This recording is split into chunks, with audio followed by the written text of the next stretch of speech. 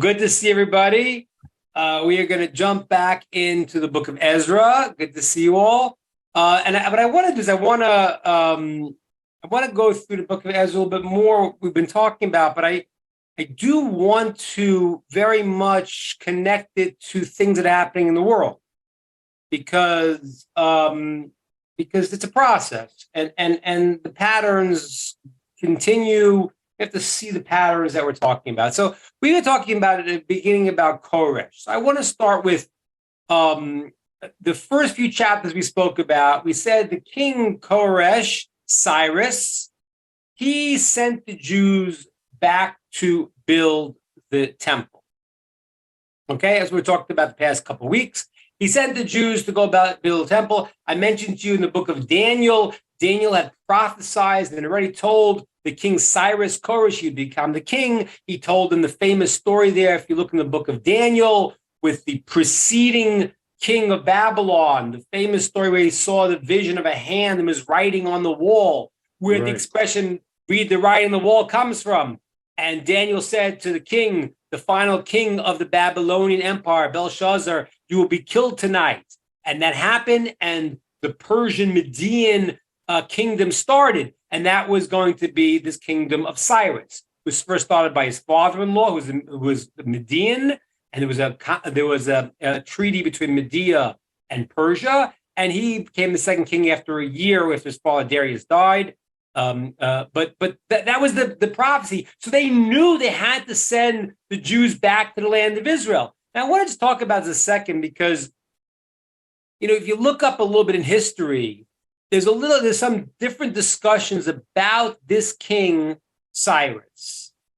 And I've seen different statements about him where they talk about him as a tolerant, benevolent ruler.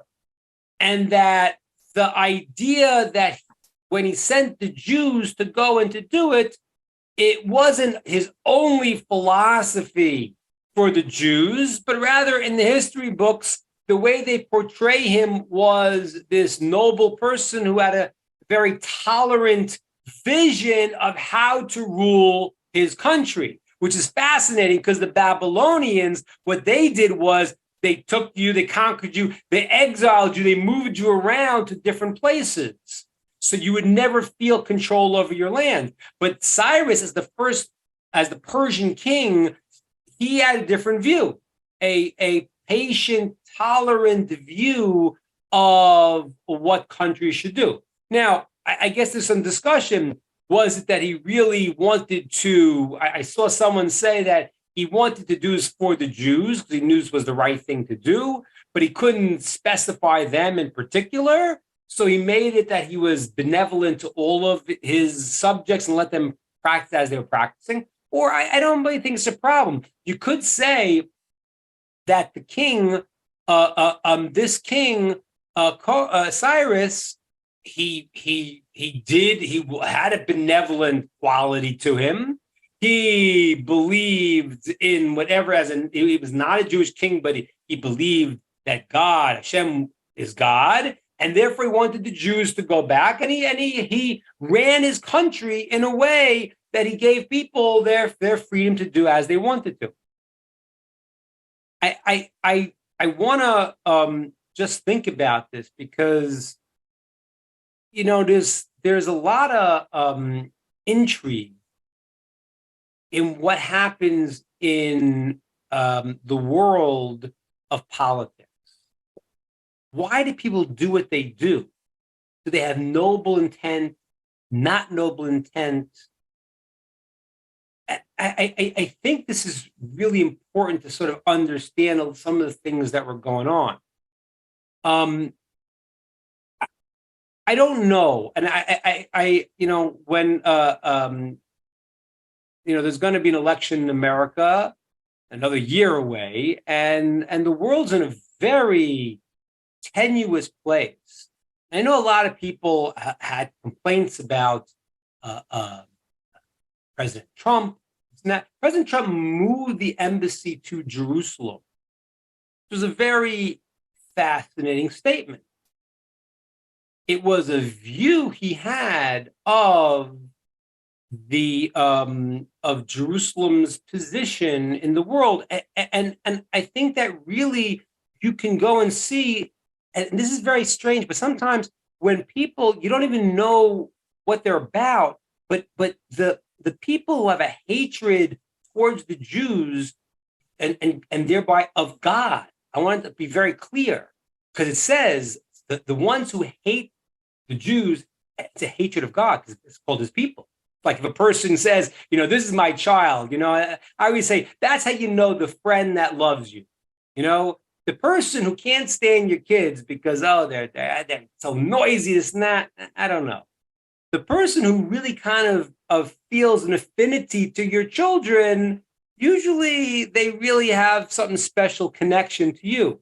So when God says, B'ni B'chori Yisrael, the Jewish people are my firstborn, so those who fight against them are really fighting against God, as the verse says in Psalms. It says exactly that. So it was interesting that President Trump, wanted this role to this move of moving the embassy to Jerusalem. Now, what happened with this first king Cyrus? Because we talked about it last week. I didn't explain it thoroughly. If you remember the story, he said, okay, the Jews can go back to build the temple. They can go back. And I'm going to read you again, just going back to the beginning of Ezra, the wording of it, because the wording of it is very fascinating here. How he sees his role in history. Okay, so now just to get the wording again, he says like this. So says Koresh, Cyrus, the king of Persia, all of the countries God, Hashem, the God of the heavens, put under my control. And he commanded me to build his temple in Jerusalem, that is in the city of Judea. So Koresh sees that as a mission. And as we said a couple of weeks ago, what happened was when the Jews came to build it, and we mentioned this last week, the enemies of the Jews who were put there when they were transferred in the conquerings of the Assyrian kings, it was their custom. They transferred people, the Kutim, the Samaritans, so they came to the Jews, let's build a temple with you. They said, no, you can't build with us. And they asked last week, why not? And we explained, because they understood that they still believed in their God and they were idolatrous. There's another reason, which is really important to know. And this is just really important now in politics, because what happens is if you look closely, you will see the people who are pretending to be righteous are really not. It's unbelievable. People come across, so the Samaritans came along and said, we want to build a temple with you. And the sages tell us they were trying to actually get inside to disturb the building of the temple. That was their goal. That was why the rabbis sensed there's something not right with these guys. What's their objective here?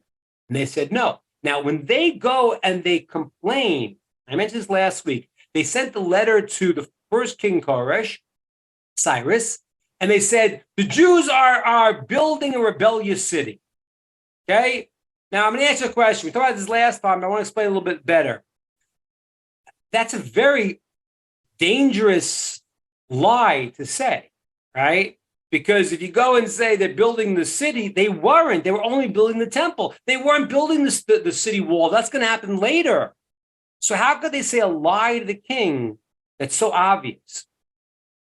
So let me explain to you what they did. And I mentioned this last, I was explaining a little bit more. What happened was the Persian rule was trying to let everybody act in their own unique way. Everyone, tolerance in the kingdom. You want to do this, you want to do that, do what you want to do. So they had people wanted to write a letter to the king. They could write in any language, that was their language. And the king had two scribes who would take the letter in the language. They would translate it into Persian, send it to the king. The king would send the answer in Persian, and they would translate it into the language of the people that sent the request.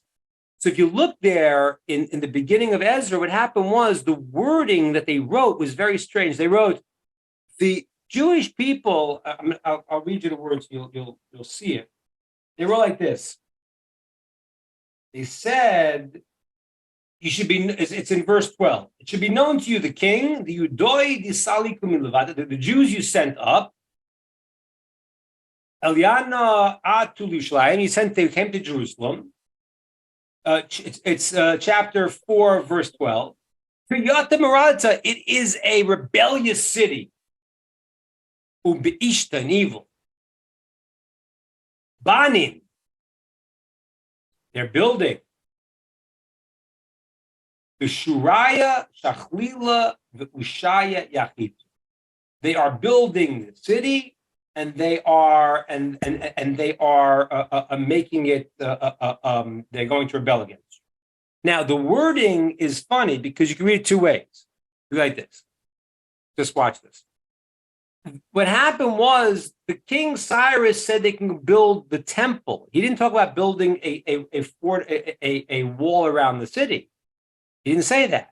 So what happened was they wrote in the letter like this: the Jews are building. They're building. The Jews of this evil, rebellious city are building. Now watch. You can read it two ways. The Jews who are rebellious, and the rebellious city, comma, they're building the temple, like you said. Or you can read it, the Jews are building a rebellious city. A rebellious city, they're building, right? You can read it two ways. So in other words, they wrote it in such a way that it wasn't clear what was going on. They wrote it as if it sounded like the Jews are building the city. And that way, if the king ever checked it out, it was looked in that they're building the city. And he didn't tell them to build a city, tell them to build a temple. Okay, so this is one point I want you just to see, because what happened was it was trickery. The king heard they built. Now they said the king never checks if they're building the city. He just see, because he reads the words. He's not going to lie. It's something so obvious. They said the words they wrote, they translated it from the other documents, but they wrote it in a way that had a double meaning. It could be understood the Jews of this rebellious city, comma, are building, or the Jews, this rebellious city, they are building. That was the double meaning. But the way they wrote it to the king, it sounded like they're building a city to rebel against you. Okay, so now the king said back to him, and they said, and the Jews, they don't take orders too well. Go check out the history. And it was true. That was true. The Jews at the time, when Babylon tried to subjugate them and tried to make them, members of their, they rebelled. The Jews were never good at taking other people to say, okay, we're going to control you. Just like it happened with the Greeks. When the Greeks spread their philosophy to the whole world said, great, we'll take it. Jews said, we don't want it. So he looked and he saw that they were rebellious. So now what happened was Cyrus says, okay, hold off on the building. Okay? Now, and that's what we talked about last week, and the building stopped. It just stops and it is on pause. Now, I want to, and as I've hinted to all this, but I wanted to spell it out today. There's a verse in Isaiah. It says that God said to his Messiah, Cyrus. It wasn't mean Cyrus, not the Messiah. There's a different explanation. One explanation, the Messiah means an anointed one. He was anointed. He was chosen to build a temple. But the deeper explanation is God is complaining about Cyrus, King Cyrus, who sent the Jews back, that he's complaining to the Messiah about Cyrus. Why is that? Because Cyrus, King Koresh, didn't do exactly what God said. God said, you build the temple. And what did he say? He said, whoever wants to go, go. I give you permission. So in the beginning of Cyrus's rule, he really didn't do exactly what he was told. He knew that he was commanded to go and build a temple. But if you look at the words he says in the very beginning, he says, whoever wants to go, go, and we'll let you go, and we'll assist you. But he didn't do it himself. And if he would have done it himself, it would have been an issue of that he would have been like God had sent him. And according to some commentaries, that temple would have been incredible because he would have done it the right way. Now, I want to explain this a second because this is part of the issue. The temple being built with the permission of the Persian kings is somewhat of a disgrace because God would be doing it himself. And when it's under the control of other people, it doesn't seem like it's the greatest sanctification of God. So the question, what was Koresh's role? Who was he? How did he do it? What was his objectives here? It's really strange because then in the end, he tells him to halt the building. So we have this guy who has potential to do something great. And he is appointed for this job, but he doesn't do it fully. And this is the first lesson I want you to understand. When you do something, it's important to do it right. It's important not to go and to say, yeah, because every time we have something important to do and we're lax in doing the important thing, we're actually creating a vacuum that afterwards we start to get more and more lazy about. And that's what happened to Cyrus. This first king was a noble, tolerant king. Was he a righteous king? I don't know. It's hard to say. I know he had good intentions to the Jews. But when he didn't go and fully take this mission out himself, not only did he not fulfill his mission in life, but then apparently, according to most opinions, he's the one that stopped the building. When he heard the false reports of the enemies of the Jews, he said, I got to play my politics. And ladies and gentlemen, this is really, you got to look what's happening in the politics of the world because people are there are people who come across one way and there really aren't. So Cyrus was a guy that seemed to have a good intention, seemed to start out with the right motivation. He knew what he was doing, but he didn't do it fully. And because he didn't do it fully, he fell into the dangers of people saying, wait a minute, they're going to rebel against you and this and that. And he got into his own politics and he foregoed his mission in life. That's politics. It's unbelievable. All right. That's the first part I wanted to discuss about this. And also what I was saying also with President Trump, it's an interesting thing. I don't want to get into too much politics. I do want a little bit because it's relevant to understand what's going on in these things. Because very often the people that present themselves as righteous really aren't. If you start looking around what's happening in politics right now, I think it's fascinating because the old story, the emperor's not wearing any clothes, if you don't see it now, you're never going to see it. I don't think there's been a time in my life where it's been more obvious that these things that people are doing and saying are crazy. But it's being said in the name of righteousness. And people really don't even know what's going on. They don't know what the politics are moving, how they're moving.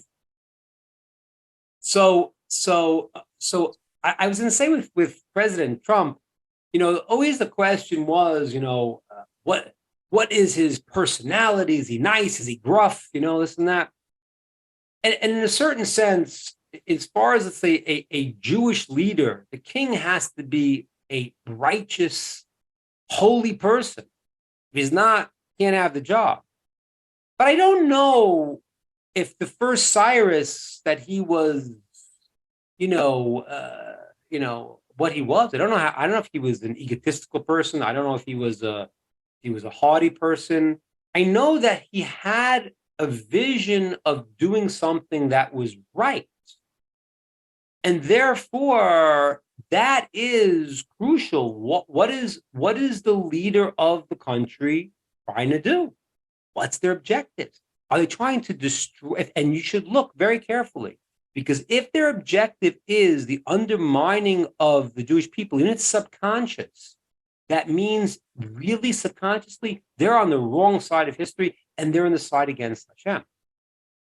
So, I'm coming back to what happened in the past, but the idea of when they moved the embassy to Israel, to Jerusalem, that was a statement of let's be honest and recognize the Jewish sovereignty in the land. And that's what Korah started to do. He didn't succeed. He didn't finish his mission. He got involved in politics. He was then afraid he would lose his power, whatever he did, and he halted the building. But that is lesson one to watch in terms of what's the motivation, and the way to test the mettle is to see what is the relationship to Israel, what is the relationship to the Jewish people, because subconsciously even it's a relationship to God. I'm going to open questions on the first part about Cyrus. Any questions about that and the politics? And I'll try to elaborate that, and then I'll go on to my next. Ayala is asking us like this, is like, what's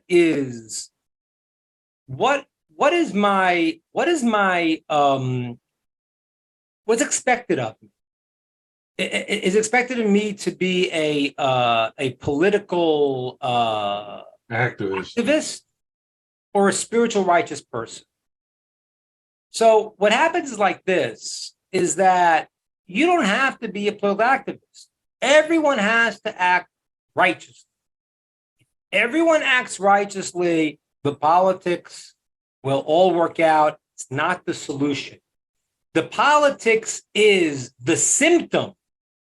It's the symptom. When a person gets a disease, you start to see symptoms. When you see the politics, you understand it's looking from the outside in. What I'm trying to tell you is not the idea of, okay, you can go march in the street. In this class, we have Jews, and we have people that are not Jewish, and we have people that are Noachites, we have people that have converted. Everyone has different roles. A lot of the Noachite role is to take care of external things in the world and to take back the country. The Jews, to a certain degree, have to do that also. So, but you have to know when and where. If you think that the solution is only in a political realm, that's not true.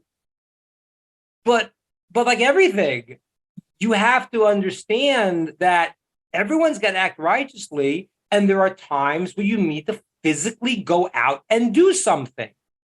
So this is not a class on politics. It's a class on understanding the dynamics. And the reason why I'm so bothered by it is because there is really first of all, people, and I yell at whether you listen to the news or not, you have to understand there is an effect that everything has on everyone. And so when the news is going out to the world and people believe it, people look at you, look at the world, act in a certain way. And it's so obvious. So it has a spiritual effect. So for example, the things that now are well established to be obvious and true, and if you don't believe them today, you are a bad person. Nobody believed it 5-10 years ago. So the society works according to that, and people have those expectations and those demands. So to if you want to be, we're coming to this week, coming to the holiday of Lag BaOmer, and the Rishim Ben Yochai who learn Torah 24/7. Person wants to do that. Person can do that. Great, wonderful.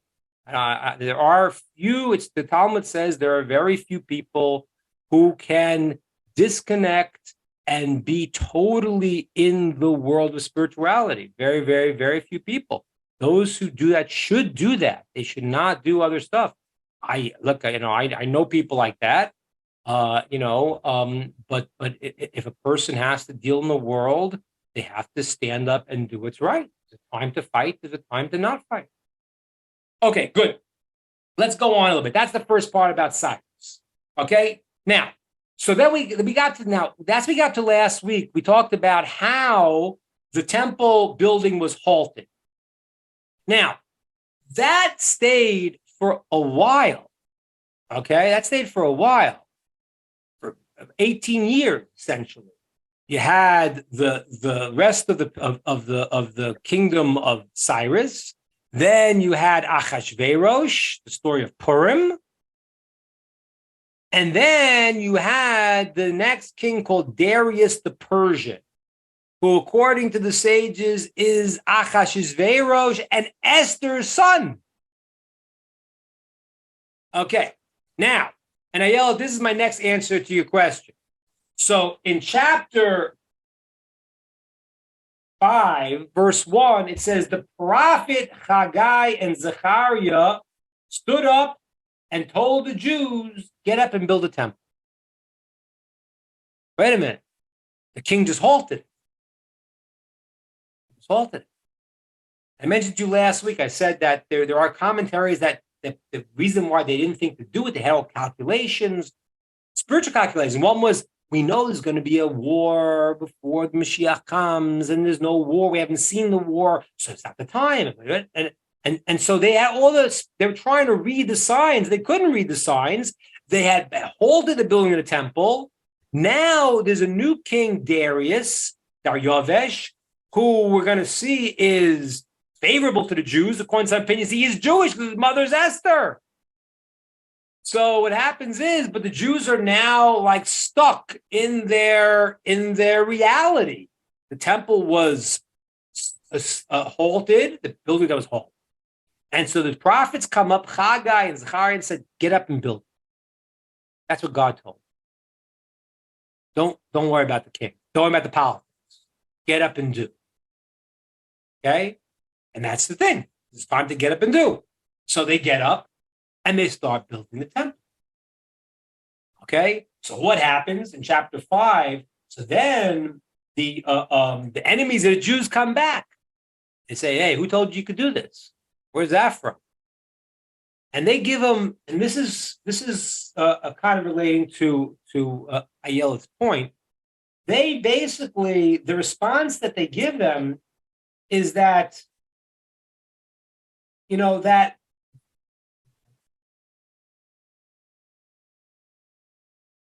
the so they say that Hashem wants us to build his temple. That's what we're doing. You want to check with the king? Check with the king. And this is an important thing where here they're not going through any political intermediary. They're saying, God told us to do it, we're doing it. Okay? Fantastic. So these people say, okay, they say, go and ask Darius. Go and ask the king. But the king of the universe told us to do it, and we're doing it. Okay. So they sent now a message to Darius. Oh, and the Jews say this. Listen to this. This is very important. The Jews say, well, King Cyrus had given us permission to build a temple. Started it, so we're just continuing it. Now, that's, I told you before, an amazing thing, because whenever the king writes a decree, he can't undo it. And they say, go check it out. It's already a decree in the Persian documents that we have. And they go and they search, and they find the document that said, written years early, 18 years earlier, that the Jews can go build a temple. And now Darius stands up and says, and whoever tries to stop them from building their house, I'm going to destroy their house. I'm going to take a beam out of their house, hang that person on it, and destroy their house. So now this new king, Darius, the Persian, he stands up and he's very adamant about building the temple. and he says that, he's going to support them in every way that he can. Okay. All right. Now, so Darius seems to be like an amazing king, right? He gives them the right to build a temple. He says anyone that tries to stop them is going to be killed. Okay, he sends them money. He helps them. Now, this king, Darius, the Talmud talks about. And the Talmud says an amazing thing. Talmud says that he was a righteous king. Don't know. It's hard to know because the Talmud doesn't relate to him as being Jewish, even though, as I said, it seems to be he's the son of Esther. But the Talmud has two different places it relates to him. One, it seems to call him a kosher king. It actually calls him, someone asked if I had to spell Cyrus. Cyrus is Koresh. Koresh actually is the word kosher, proper. So they call this king Darius, they call him Koresh also, because he was kosher. So his name was Darius, but Artaxerxes is the name of the kings of Persia, like Pharaoh is the name of the kings of Egypt. And they also called him Koresh in the Talmud because he was kosher. But then they have a place where he says he's not, that he lost it. So what did he do that lost this level of him being called the righteous? I want to show you a few points. In chapter 6, when he sends this whole idea of building the temple and the support he has for it, and he wants to inaugurate the temple, he says to them, he says that one thing he says is they will pray for the temple be built in chapter 6, verse 10. They'll bring offerings to the God of the heavens, and they'll pray for the life of the king and his family. So, first of all, the Talmud has a whole discussion now. How pure was his motivation? And that's a discussion. So there's a question, but then Talmud talks about, if a person does the right thing, even if it's not perfect, still something. Okay, so fine. He wants to be good for him. That's a very normal experience. Doesn't take away from being a good person. So that's not the problem. What's the problem with him? There's a few problems. One problem is it says in verse 11 that he commanded them to build the temple out of stone and out of wood. Why did he want wood? It says, and he left the wood uncovered, it says. Left the wood, as in Solomon's temple, there was wood, but it was covered. So why did he want to be wood? He wanted, in case the Jews ever rebelled against him, he would have it built in that he could destroy the temple and burn it. So he has in his mind this political machination. Although he starts out to be very, very noble, he has various aspects about him that it's hard to be the king, and he starts to be chasing his politics and his power. The Jews end up finishing the temple in the 6th year of his kingdom, and they now bring special offerings, and they do the service of Pesach, and they become purified, and the second temple is now complete. Now, this just to put it in the context of what I really wanted to talk about today's situation, all these things. We have now the first Koresh, Cyrus, we talked about, good, but didn't follow through.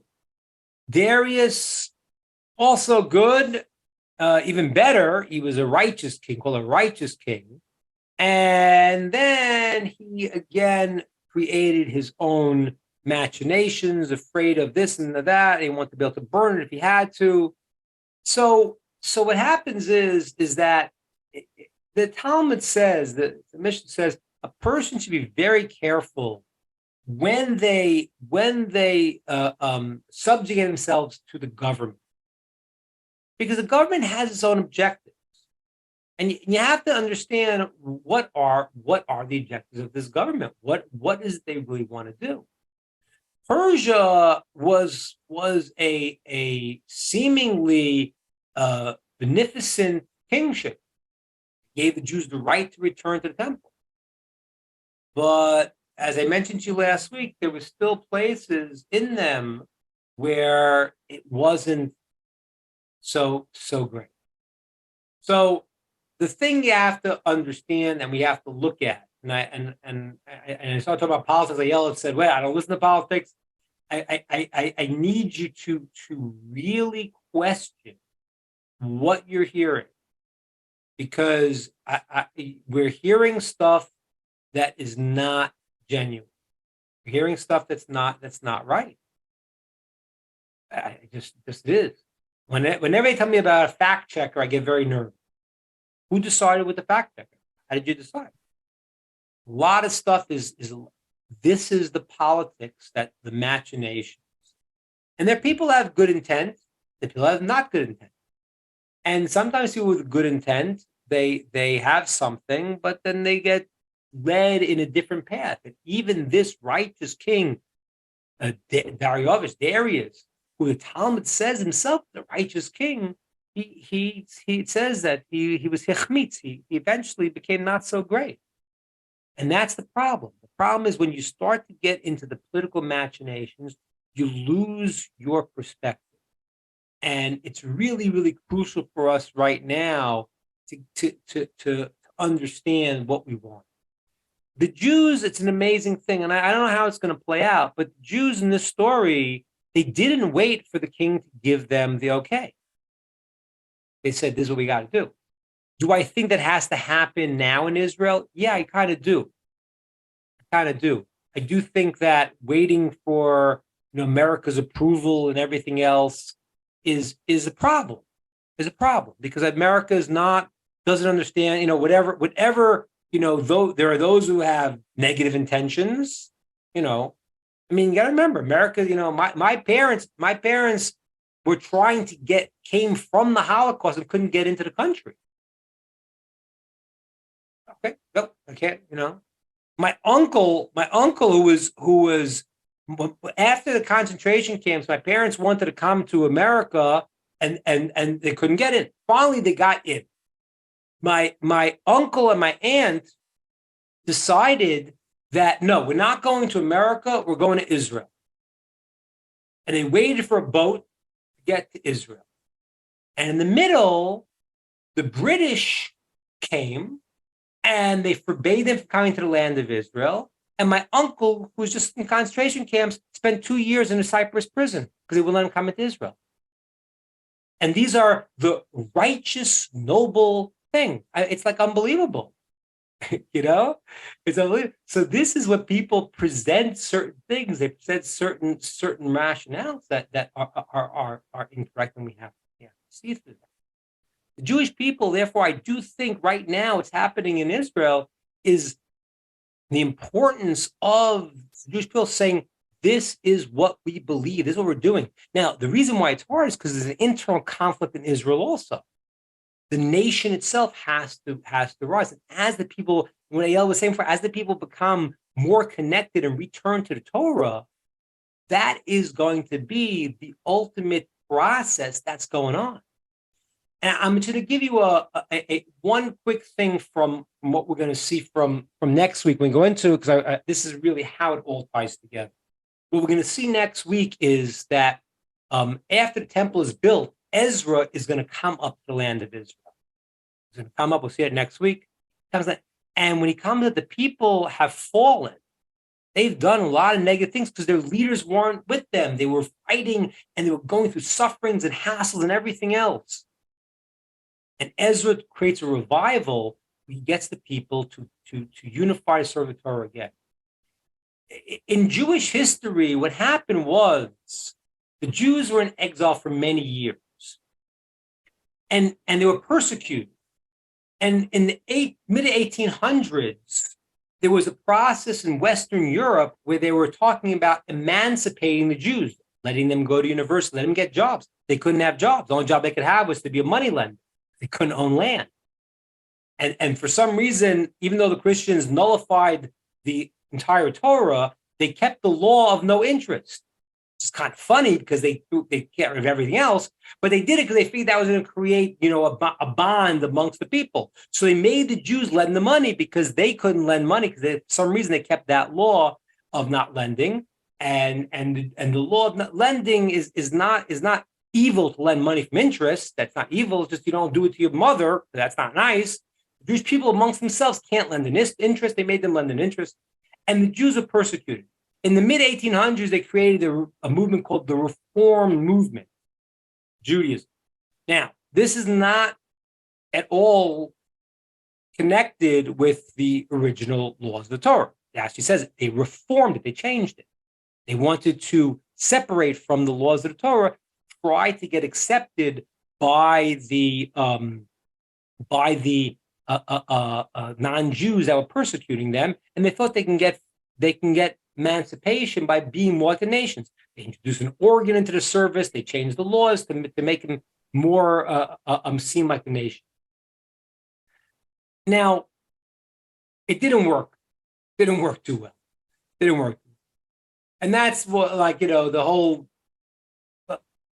Let's say didn't work. So the Jews did not remain they were still persecuted. In the 1960s, something very fascinating started to happen. All of a sudden, the Jews were allowed to go to university, allowed to do this, allowed to do that. And the Reform movement had a problem because people didn't want to join it now, because if the purpose was to make me like everybody else, I'm like everybody else. And that's why the Reform movement has taken over the years a lot more traditional things, even though the tenets of it are still extremely different from authentic Judaism. What started happening in the 60s, you had a revolution amongst people, not talking about Jews specifically, amongst people. In the 50s, there was the idea of, people, would go to work and this and that. And all of a sudden, in the 60s, people started questioning and this and that. And, some of the questions they asked were better than the answers they gave. Some of the answers they gave of free love was not really a really good answer because it doesn't work. But what happened was, in that process, was the Jews that had over the years gotten lost to Judaism started being awakened too. And that whole 60s movement was a rejuvenation from the questioning of it, that the Jews who were disconnected from their Judaism, going back from whatever times, as the Jews became more persecuted and more trying to create ways to be involved in the allowed into the world, so to speak, there started to be this awakening. And that's what's happening right now. And it's important for you to know. Because just like I talked to Noachides about the importance of the nations of the world waking up, those who are connected to the process of rebuilding the Israel, rebuilding the idea of the temple, rebuilding the concept of seeing God in the world, in a righteous world, the Jewish people are also in that process. And that's similar to what's happened in the story of Ezra.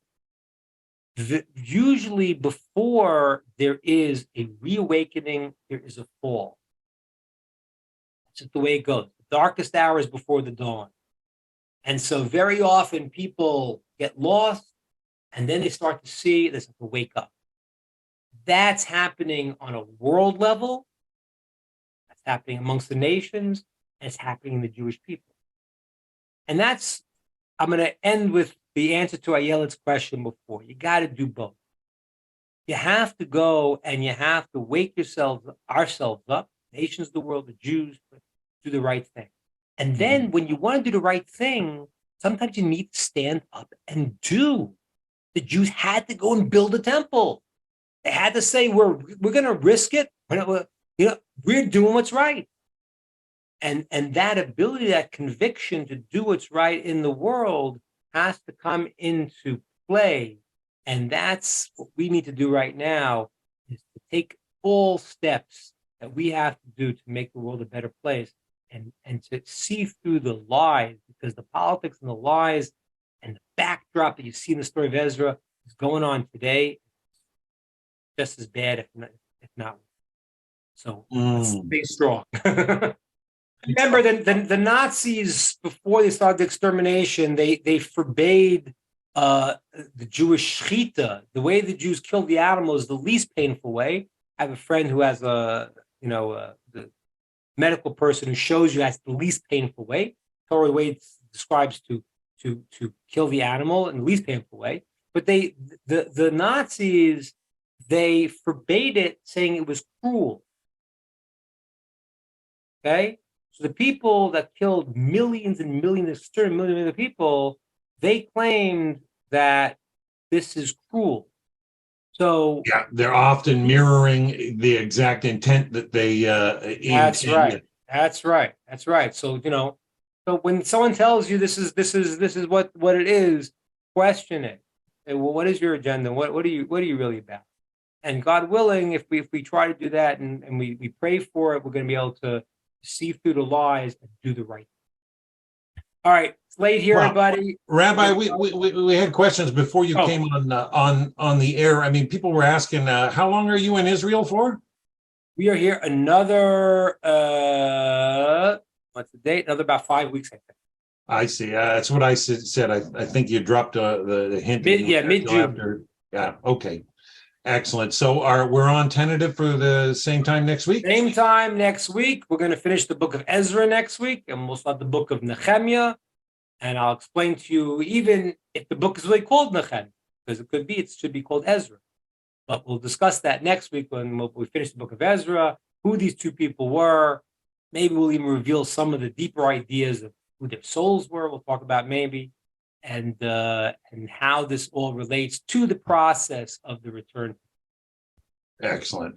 Well, thank you so much for your time, Rabbi, and your insight. Beautiful material. I had lots of comments on Facebook, on the chat feed, and my friend Lara there has been monitoring, working as a moderator for me on YouTube. And thanks, Lara. It's always good to get conversation stirred up, and some people are starting to weigh in, and it's exciting. So, we want to hear your opinion.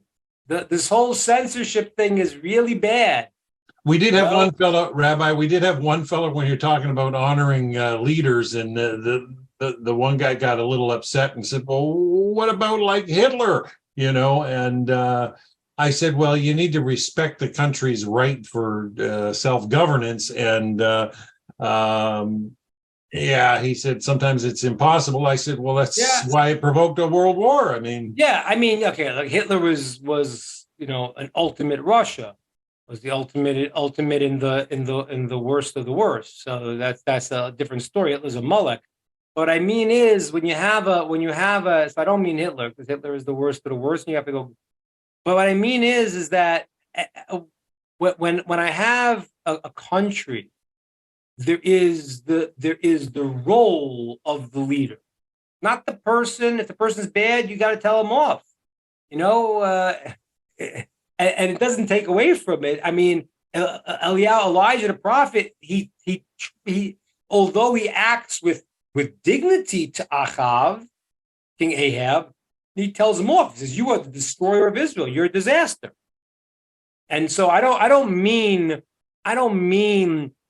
in any way, because flattery and chanufa and present hypocrisy and telling people one thing, that's the worst.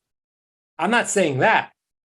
I'm just saying when I complain about what the president of the United States is doing, which I do believe has to be complained about, I think that things are very, very problematic.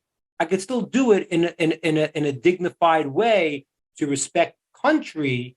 The country has an idea of a leader, and so it doesn't. I'm not. First of all, someone like Hitler doesn't apply because he's a Moloch, he's thoroughly evil. He's a Nazi in that way. But for another country, it doesn't. I don't mean. I want this person to understand that I don't mean that you don't pull any punches. You say what you have to say, and you call out what's wrong. But just do it in an appropriate way. Yeah, Doesn't hurt you. I think we can take from your message that there's definitely a time to stand up, and definitely a time not to, and knowing when to. Without being an activist, a fanatic. I find anything that causes you to be or act neurotic is definitely an extreme that I think the Rambam would say to avoid. Yeah, especially like, I mean, what Ayel was asking before, balancing it, that, you do have to realize it's two parts. You got to realize there's a global plan, God's in charge. This president's not in charge, that president's not in charge. At the same time, you have to say, in the world that God put me in, what am I supposed to do? I have to stand up against this lie and that lie. And I do not, and I want to be clear, although I say respect the position, how you communicate it, but you need to do it very clearly now, because the things right now, and for many years, I'm, you don't know. I know maybe Robert F. Kennedy becomes president, maybe we'll find out some old baggage about what happened. Yeah. It's like I don't know how long they've been hiding it for. It's like, but now it's like things are out because everything is recorded. So all of a sudden you start saying, wait a minute, what's going on here? What FBI was spying on the presidential candidate and the president, on President Trump. I mean, like, what is that? This is dangerous stuff. This is dangerous sedition. Stuff. How long has it been going on for? I don't know. But it's as long as politics has been around, I have no doubt. Right, and that's really what we see in the story of Ezra. Also, these people that not from the side of Ezra and his colleagues, but from the side of the people playing around with the Persian kings. This politics. Yeah, power-hungry control freaks are always sticking their nose where it doesn't belong. That's right. But also what you see is that they have different agendas, and the problem is, and I think this is really the biggest problem in America, is that what America stood for largely was the concept of freedom, which is the concept that a person has the right to pursue a meaningful life, whatever they determine that's meaningful. Right, that old Superman quote, that truth, justice, and the American way had meaning at one time that I don't think it has any longer. It doesn't, right. So the meaning was because, as I said, freedom was a value as coming out, which what this Persian king was doing, also saying, listen, okay, you want to decide this is the way you want to act, think this is right. So as long as you're not encroaching on someone else's rights, then you should be free to express what you need to, because otherwise you're not a human being. And that's a very noble thing, because everyone in the end is going to be judged on how they live their life. And if you prevent me from doing what I believe is right, it's very, very terrible. That's not what's going on anymore. There's a completely different agenda. And if I want to give it any benefit of the doubt, the benefit of the doubt is that people, have understood the Jewish concept of helping the downtrodden and helping the oppressed, and that those are extremely noble qualities. But what's happened is it's turned into its own. It's weaponized. Yeah, weaponized now, where it's like, okay, so now I'm going to subjugate you, because you're no good. You're not doing what we want. Yeah, that's right. Yeah. So it's the same thing. It's like, the song remains the same. The song, man. And if we're already going to quote good rock and roll songs, Dan, I'll tell you, the Who had a great line. It says, "Meet the new boss, same as the old boss." So when these guys go and they start the revolution, we won't get fooled again. That's right. So what's happening is now these guys are but the danger here is that you've moved away from the concept of freedom, which was a noble concept. It wasn't wasn't a holy concept, but it gave people the rights to be what they wanted to be. You've moved away from that, and now there is an idea of the government controlling what you are allowed to think, what you're allowed to do. It's really real. I'm not, It's almost I'll end with too this, social. Dan. Yeah. Just because, it's not a good thing to be a conspiracy theory. It's not good.